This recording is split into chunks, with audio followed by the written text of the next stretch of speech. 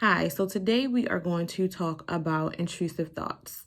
On average, a person can have thousands of thoughts in one day, which seems like an overwhelming amount of thoughts that we experience.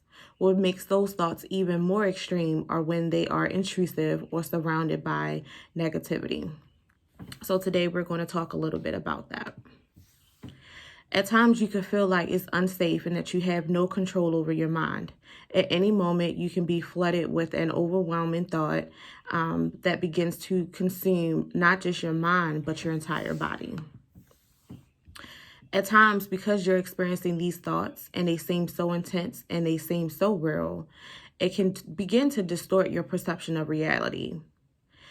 When we experience intrusive thoughts, it actually stops us from being able to go through our entire thought process, which impacts our ability to feel more of our feelings surrounding our thoughts. You begin to lose touch with who you are or who you thought you were. You can internalize these negative and intrusive thoughts and start having your identity surrounded by what these thoughts are saying, although you know that they are not true. It feels like having your biggest fears and insecurities shouted back at you. So even more so you try to resist those negative thoughts, they become louder and louder and you start to believe them more and more.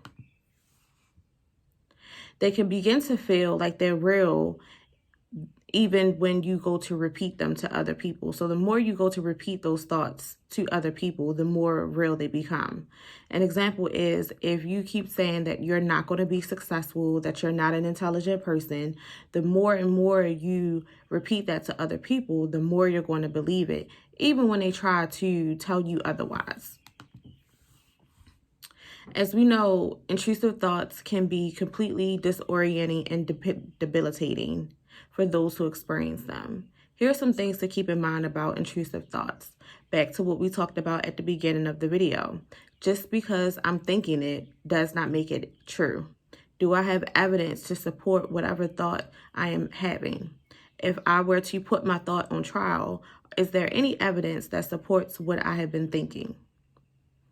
Additionally, instead of thinking about what could happen, we can begin to think about what will happen. By doing this, we gain some awareness, we're able to take back some control, and then we're able to reframe our negative thoughts that we may be experiencing in order to offer an alternative perception to that. As always, if you come to the conclusion that you're experiencing intrusive thoughts that are stopping you from being able to function in your day-to-day life, reach out to someone that you trust to talk about this. Also, seek professional help.